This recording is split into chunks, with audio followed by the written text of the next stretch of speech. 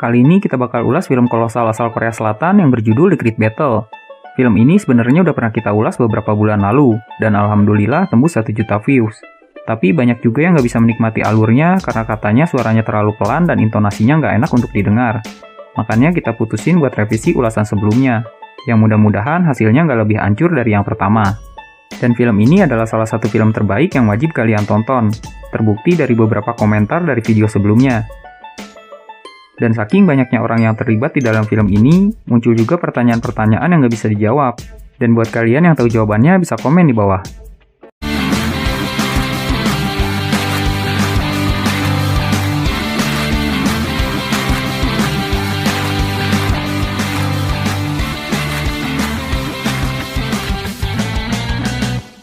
Berlatar di tahun 645, film ini menceritakan tentang seorang jenderal yang bernama Yang Manchun, yang merupakan salah satu jenderal dari kerajaan Goguryeo, salah satu dari banyak kerajaan yang ada di Korea kala itu.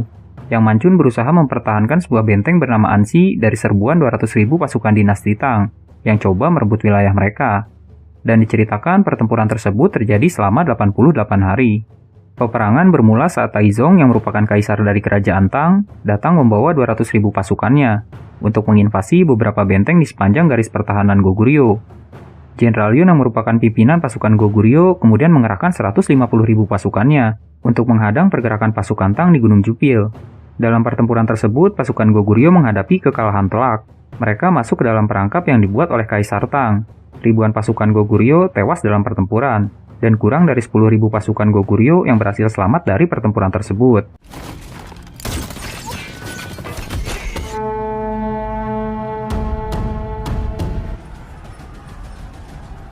Dan seorang pemuda bernama Samul menjadi salah satu yang selamat dari pertempuran tersebut.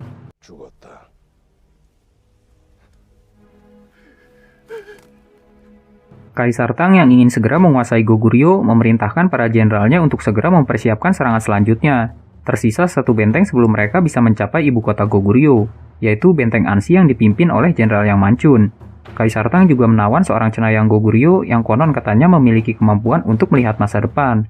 Dan dengan semua yang mereka miliki, Kaisar Tang yakin bisa mengalahkan Ansi dengan mudah. Di tempat lain, Jenderal Yun meminta Samul yang memiliki latar belakang sebagai penduduk Ansi untuk menyusup ke dalam benteng Ansi lalu menghabisi Jenderal Yang Manchun, yang dianggap sebagai pengkhianat oleh Kekaisaran Goguryeo, karena tidak bersedia mengirimkan pasukannya saat peperangan di Gunung Jupil.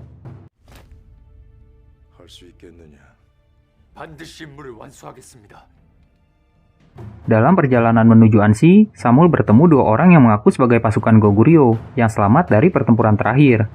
Mereka kemudian menawarkan diri untuk membantu Ansi dalam pertempuran, dan tanpa curiga, Samul langsung mempercayainya dan membawa mereka ke Ansi.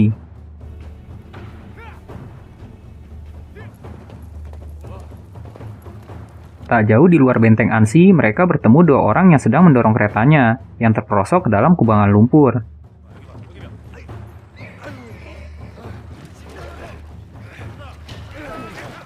Dan ternyata salah satu dari kedua orang yang mereka bantu adalah Jenderal Yang Manchun, orang yang mereka cari. Di sanalah tangan kanan Jenderal Manchun yaitu Chu menaruh kecurigaan terhadap mereka. Dan kecurigaan tersebut terbukti benar saat dua orang yang Samul bawa coba menyerang Jenderal Manchun dengan pedangnya. Mereka ternyata adalah mata-mata yang diutus oleh Kaisar Tang untuk memata-matai Ansi. Chu kemudian membunuh dua orang tersebut dan hanya Samul yang dibiarkan hidup.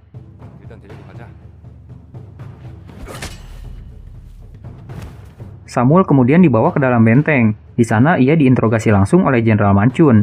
Samul berdalih datang untuk membantu Ansi dalam pertempuran melawan pasukan Tang, karena ia juga berasal dari Ansi. Samul merasa ikut bertanggung jawab dengan keselamatan warga Ansi. Sampai kemudian seseorang yang mengenalnya datang dan membenarkan identitas Samul yang memang berasal dari Ansi. Jenderal Manchun kemudian mengenalkan Samul pada bawahan-bawahannya. Samul terlihat sungguh ingin membantu dan mengabdikan diri pada Ansi. Padahal misinya membunuh Yang Manchun masih membara dalam dirinya.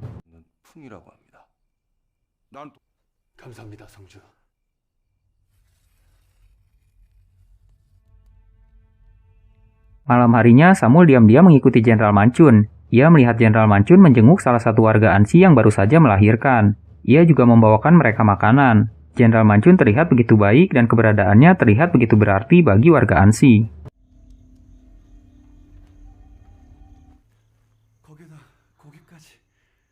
Samul mulai berpikir jika Jenderal Manchun pasti memiliki alasan untuk tidak mengirimkan pasukannya dalam peperangan di Gunung Jupil. Beberapa pasukan pengintai Kerajaan Tang mulai terlihat di luar gerbang Ansi, yang menandakan Kaisar Tang dan pasukannya tidak lama lagi akan sampai.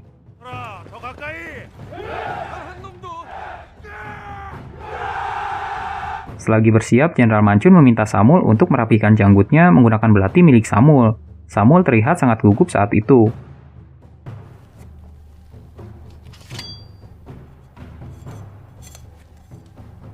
Kamu akan memiliki banyak waktu untuk melakukannya, tapi tidak sekarang. Itu yang dikatakan sang jenderal pada Samul. Samul hanya diam terpaku mendengar kata-kata tersebut. Jenderal Manchun dan tangan kanannya Chu ternyata sudah lama menaruh kecurigaan pada Samul. Tapi mereka masih berbaik hati dan membiarkan Samul untuk mengurungkan kembali niatnya. Pasukan Kaisar Tang akhirnya tiba di benteng Ansi, dan tidak kurang dari 200.000 pasukan Kekaisaran Tang berbaris di depan benteng Ansi.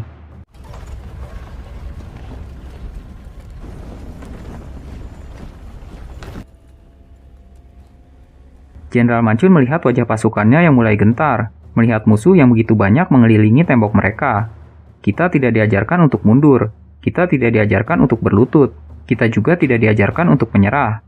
Jika kalian ingin melindungi orang-orang yang kalian sayangi, kalian harus berjuang.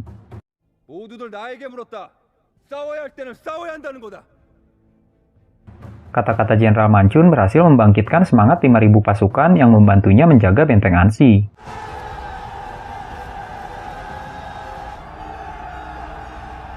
Kaisar Tang kemudian memerintahkan pasukannya untuk menggempur habis-habisan benteng Ansi. Batu-batu besar mulai dilontarkan bertubi-tubi ke arah benteng.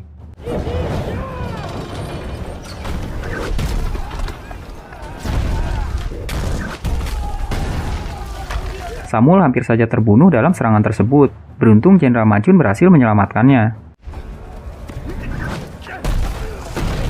Kaisar Tang mulai kebingungan, mengapa tembok benteng tidak juga hancur setelah dihantam begitu banyak batu-batu besar. Ternyata Ansi tidak seperti benteng lainnya. Mereka mencampur lumpur dalam lapisan temboknya, sehingga struktur tembok tidak mudah berubah dan hancur. Gagal dengan usaha pertamanya, Kaisar Tang memerintahkan pasukannya untuk memanjat tembok Ansi. Tangga-tangga panjang mulai disandarkan pada tembok benteng.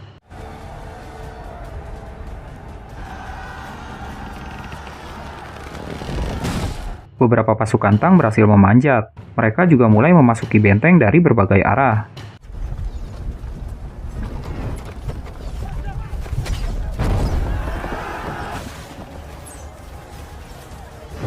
Paso yang memimpin pasukan berkuda dan Beka yang memimpin pasukan panah sudah menunggu di dalam, dengan pasukan pendukung yang mereka pimpin. Beberapa pasukan Tang yang berhasil menerobos masuk, mereka habisi satu persatu.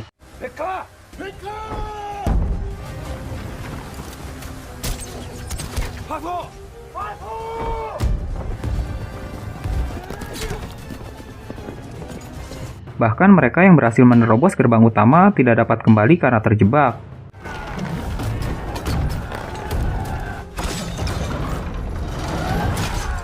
Tangga-tangga pasukan Tang mulai dirubuhkan satu persatu. Pasukan-pasukan Tang yang tersisa pun mulai dipukul mundur. Jenderal Manchun lagi-lagi berhasil mempertahankan bentengnya.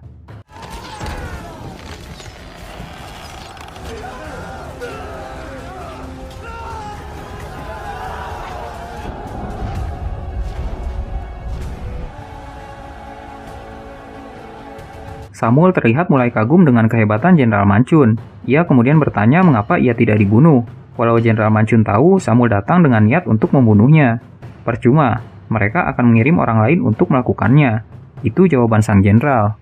Keesokan harinya sesuatu yang aneh terjadi. Pasukan Tang terlihat menutupi camp mereka dengan asap. Entah apa yang akan mereka rencanakan kali ini. Samul yang masih penasaran kembali menghampiri Jenderal Manchun. Kali ini ia menanyakan apa alasan sang jenderal menentang kekaisaran Goguryeo dan tidak ikut membantu dalam pertempuran yang terjadi di Gunung Jupil. Jenderal Manchun kemudian menjelaskan alasannya, tidak ikut dalam pertempuran di Gunung Jupil. Melawan pasukan Tang di medan terbuka sama saja melakukan misi bunuh diri, dan itu terbukti benar. Dan jika semua pasukan mati, tidak akan ada pasukan yang tersisa untuk menjaga Ansi dan penduduknya. Lalu tiba-tiba pasukan Tang kembali menyerang, panah-panah api mulai diarahkan ke pemukiman penduduk. Ribuan tentara Tang juga berhasil masuk ke dalam benteng dengan bantuan beberapa menara pengepung.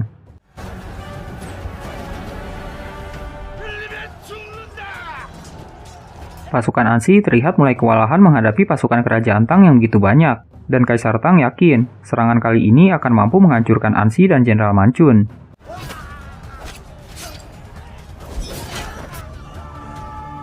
Tapi Jenderal Manchun tidak kehabisan akal. Ia memerintahkan pasukannya untuk mengumpulkan kantung-kantung minyak. Kantung-kantung minyak tersebut kemudian dilemparkan tepat di atas menara pengepung musuh. Lalu Jenderal Manchun memanahnya dengan panah api, dan percikan minyak yang terbakar dengan mudah membakar menara-menara pengepung musuh yang terbuat dari kayu.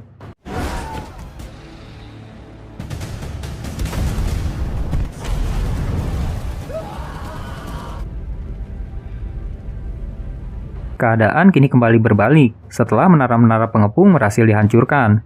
Beberapa pasukan musuh yang tertinggal masih melakukan perlawanan, dan salah satunya bahkan berhasil melukai Jenderal Manchun dengan tombaknya, yang membuatnya hampir saja terbunuh. Beruntung saat itu Samul bergegas datang dan memberikan bantuan, dan menyelamatkan sang jenderal tepat pada waktunya.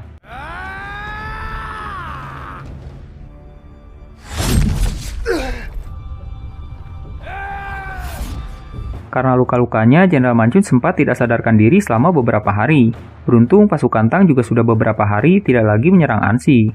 Semua orang berterima kasih dan bersyukur pada Samul setelah sang jenderal telah kembali sadarkan diri.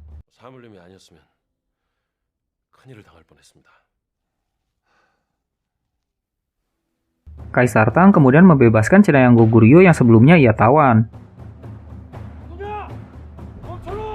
Ia juga membawa panah pusaka peninggalan Raja Jumong, yaitu Raja Goguryeo terdahulu. Kaisar Tang mengirim cenayang tersebut untuk menyampaikan sebuah pesan. Jika Jenderal Manchun tidak segera menyerah, Kaisar Tang akan membangun gundukan tanah yang lebih tinggi dari tembok Ansi, dan serangan selanjutnya tidak akan mampu ia tahan.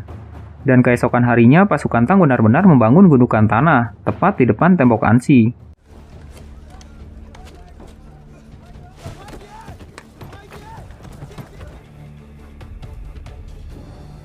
Sang cenayang kembali meyakinkan Jenderal Manchun untuk menyerah, agar nyawanya dan nyawa penduduk Ansi dapat diampuni. Tapi Jenderal Manchun tetap pada pendiriannya, yaitu mempertahankan tembok Ansi dan berjuang sampai titik darah penghabisan. Gundukan tanah yang sedang dibangun pasukan Tang diperkirakan akan selesai dalam 2 bulan ke depan. Pasok kemudian menyarankan satu pilihan terakhir, yaitu menyerang Kaisar Tang secara diam-diam pada malam hari, saat penjagaan mereka mulai melemah. Mereka harus menyerang dengan cepat, dan kesempatan terbaik yang mereka miliki adalah Paso dan pasukan berkudanya. Paso kemudian pergi membawa beberapa pasukan, dan ternyata semua rencana mereka telah bocor, karena setibanya di sana mereka langsung dikepung oleh pasukan panah kerajaan Tang.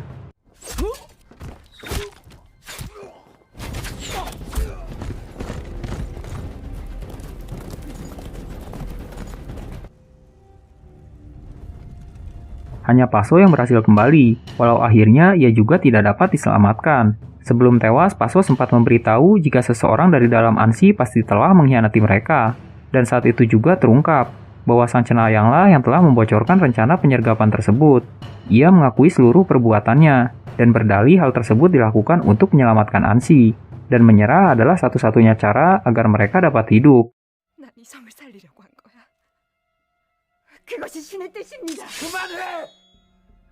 Sang cenayang kemudian berlutut dan bersedia dihukum mati jika mereka semua tidak percaya dengan ramalannya. Samul pun langsung menggorok leher sang cenayang sambil berkata jika Ansi tidak akan pernah runtuh.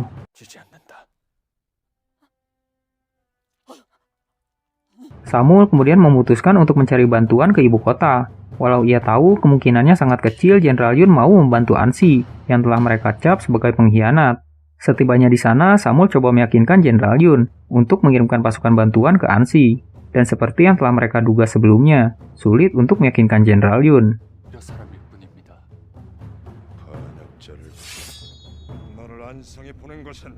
Di Ansi, Jenderal Manchun yang hampir putus asa melihat anak-anak bermain gundukan tanah. Dan dari sanalah ia menemukan cara untuk menghancurkan gundukan tanah pasukan Tang.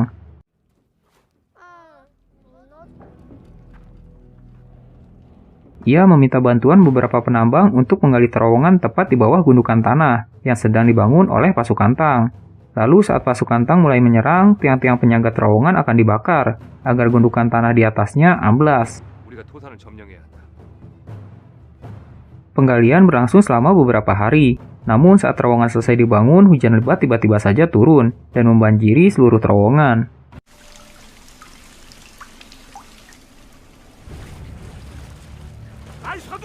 Air hujan tersebut membasahi seluruh tiang penyangga terowongan dan membuatnya sulit untuk dibakar. Cara satu-satunya adalah dengan menebang tiang-tiang tersebut. Para penambang kemudian menawarkan diri dengan sukarela untuk melakukan tugas tersebut, walau mereka tahu resiko yang mereka harus hadapi adalah kematian.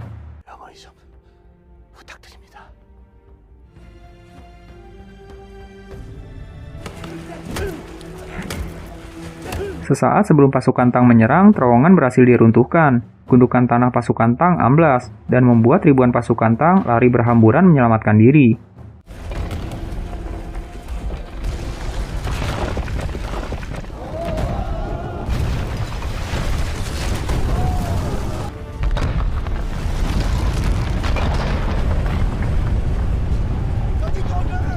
Saat itulah Jenderal Mancun dan pasukannya mengambil alih gundukan.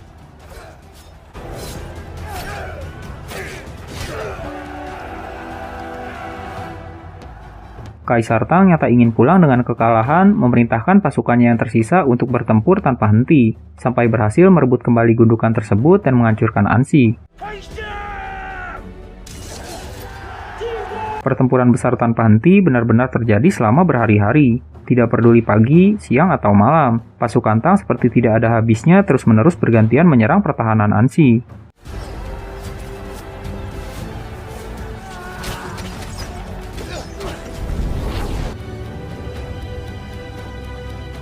Pasukan Anxi yang telah bertahan berhari-hari terlihat mulai kelelahan menghadapi serangan pasukan Tang yang tidak henti. Mereka juga mulai kehabisan anak panah untuk bertahan, dan satu-satunya anak panah yang tersisa adalah panah pusaka peninggalan Raja Jumong, dan konon katanya hanya Raja Jumong yang dapat menggunakannya.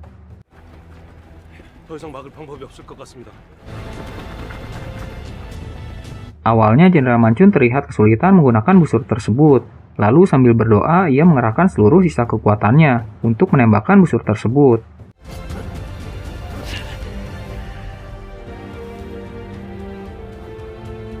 Doanya mungkin didengar, anak panah tersebut berhasil ditembakkan, melesat jauh dan tepat mengenai mata kiri Kaisar Tang.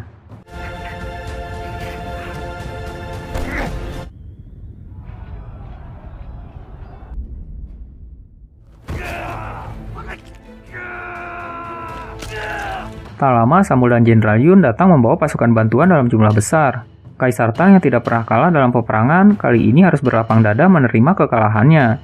Ia kemudian memutuskan untuk menarik mundur pasukannya yang tersisa, dan kembali ke kerajaan Tang.